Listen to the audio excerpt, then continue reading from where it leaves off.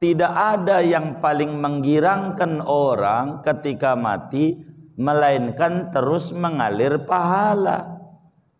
Sebagaimana dalam hadis Muslim, Imam Muslim meriwayatkan di mana baginda kita Nabi besar Muhammad sallallahu alaihi wasallam bersabda, "Idza mata ibnu Adam in qata'a amalu illa min thalath, shadaqatin jariyatin aw ilmin yuntafa'u bih aw waladin salihin yad'u lah."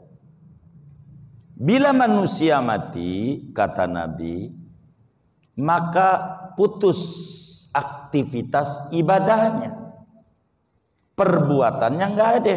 Kalau udah mati, yang tadinya ngaji udah kagak bisa berangkat ngaji. Kalau udah mati ngaji juga, kan yang ngajar hebat juga ya kan, begitu. Kagak, yang biasa sholat kalau udah mati kagak sholat, yang biasa baca Quran kalau udah mati nggak baca Quran. Maknanya putus perbuatannya itu begitu, bukan kagak bisa disedekahin. Lain nih, lagi dongeng, Nabi lagi cerita orang kalau udah mati kagak bisa ibadah. Maka kalau mau ibadah mah sebelum mati. Kecuali ada orang udah mati tapi dihitung oleh Allah masih ibadah. Orangnya mah udah mati tapi dianggap oleh Allah masih ibadah, sehingga masih ngalir pahala dari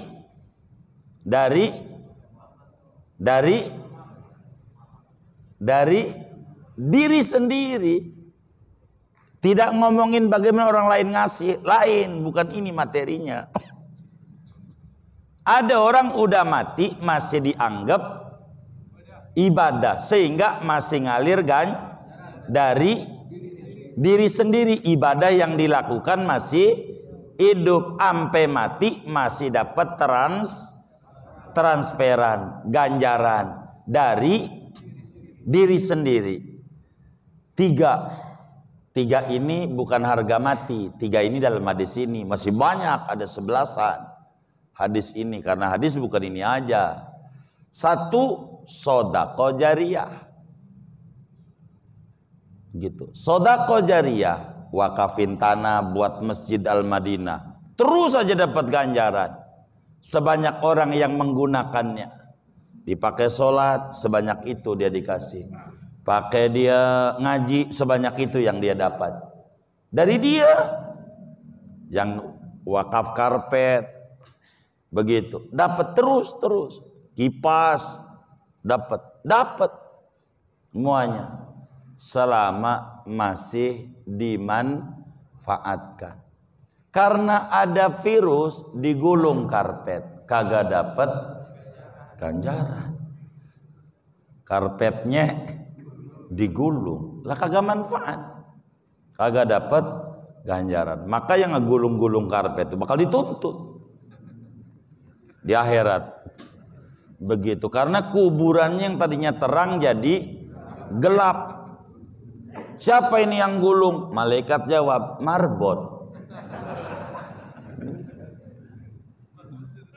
Iya, siapa yang gulung? Marbot. Maka siap-siapnya di marbot jawabannya, sebab bakal diapain? Dituntut, gitu. Sama siapa? Yang wakaf karpet. Marbot jawab di akhirat, benar saya yang gulung, tapi mohon maaf jangan dihukum, sebab saya ada yang nyuruh. Ada yang nyuruh? Ya ada. Siapa? DKM. Ada nggak di DKM nih? Begitu saudara.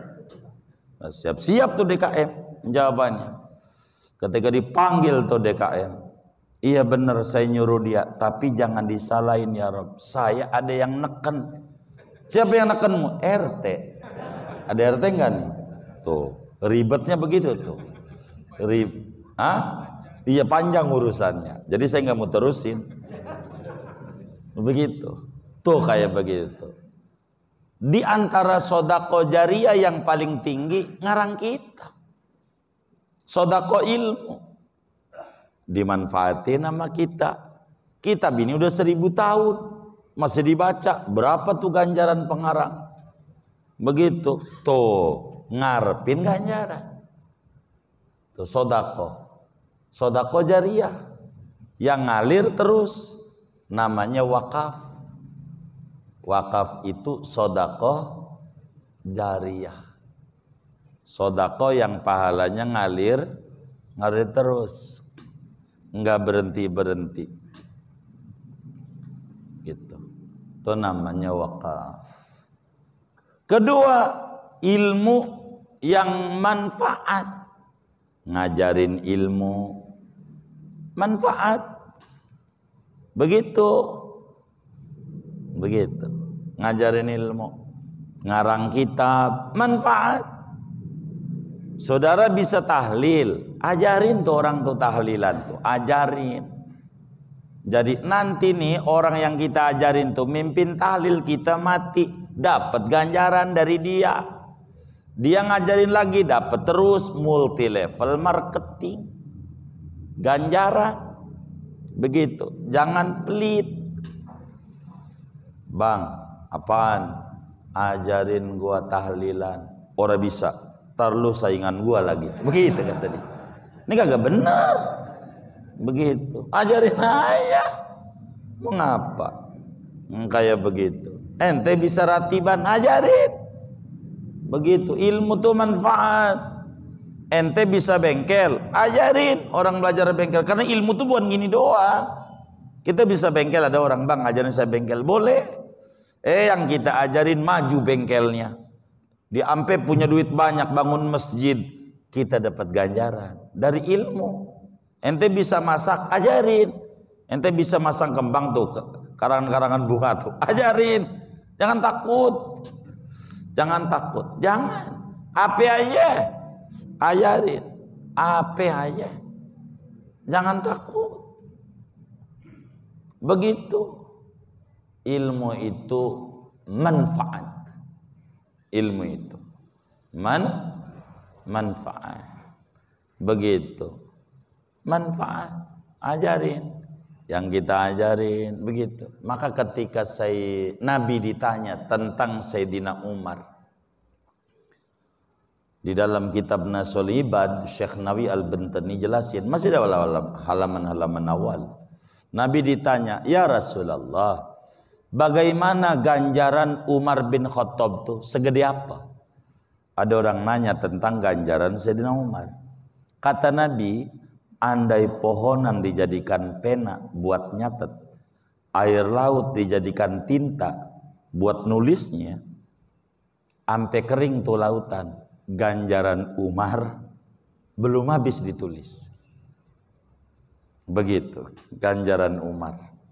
Lalu ditanya Nabi, bagaimana kalau Abu Bakar? Ya Allah, Umar tuh bagai setetes dari lautan ganjaran Abu Bakar.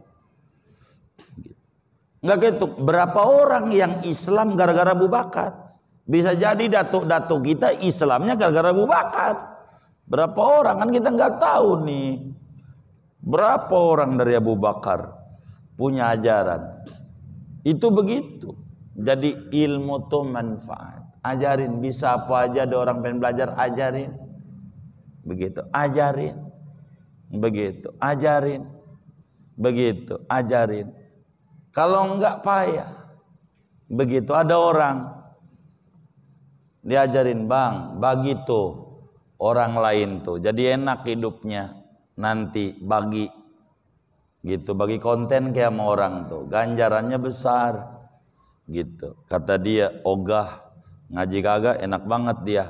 Ujungnya dia waktunya repot, kagak ngaji-ngaji, pengen dibagi, dibales, lu aja pelit, marah dia ujungnya. Karena dia akhlaknya buruk, dibalas biar dia tahu buruknya kayak begitu. Begitu, enggak dikasih kontennya. Akhirnya salah dia sama orang, gedek gua sama dia, justru dia udah membuat gedek dirinya karena dia pelit dirinya. Ujungnya begitu, dipelitin biar ngerti bahwa akhlaknya itu udah buruk. Ada yang kayak begitu. Jadi berharap ganjaran ilmu. Yang ketiga, walad saleh. Punya anak nih, mohon maaf, yang ngaji-ngaji nih, andai bapaknya udah mati, ibunya udah mati di dalam kubur, nyengir lebar di kuburnya nih yang ngaji. 1000% saya yakin. Girang. Ya Allah, enggak sia-sia saya ngelahirin anak demen ngaji. Begitu. Terang ganjarannya disetor kita tuh sama baba kita, menyak kita yang dikubur. Begitu. Walaupun kita nggak ngomong, ya Allah saya ngaji nih ganjarannya buat babanya, enggak. Udah otomatis klik aja. Kalau udah punya walad soleh, anak yang bener demen ngaji itu, begitu. Udah girang aja orang tua dikubur tuh, girang, seneng 1000%. Ganjarannya, cuman kadang-kadang nanya dia sama malaikat, malaikat apaan? Kenapa cahayanya redup, enggak terang, enggak kayak kemarin-kemarin? Anak mau ngaji ngantuk. Begitu. Jadi guru baru bismillah 5 menit, dia udah 5 watt. Begitu. Yang penting masih ada cahaya. Bagaimana kalau kita nggak punya anak? Anak itu macam-macam, saudara. Ada anak biologis, ada anak ideologis, ada anak sosiologis. Anak biologis, anak berojol dari tulang rusuk kita, tapi kagak bener.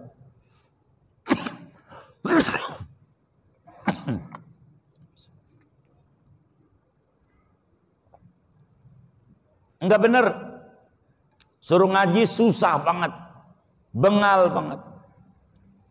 Laki udah pengen jadi perempuan aja dikasih anting, gitu, begitu. Ampe dia pakai kalung juga, enggak ngelihat tetangganya tuh. Dia punya si John,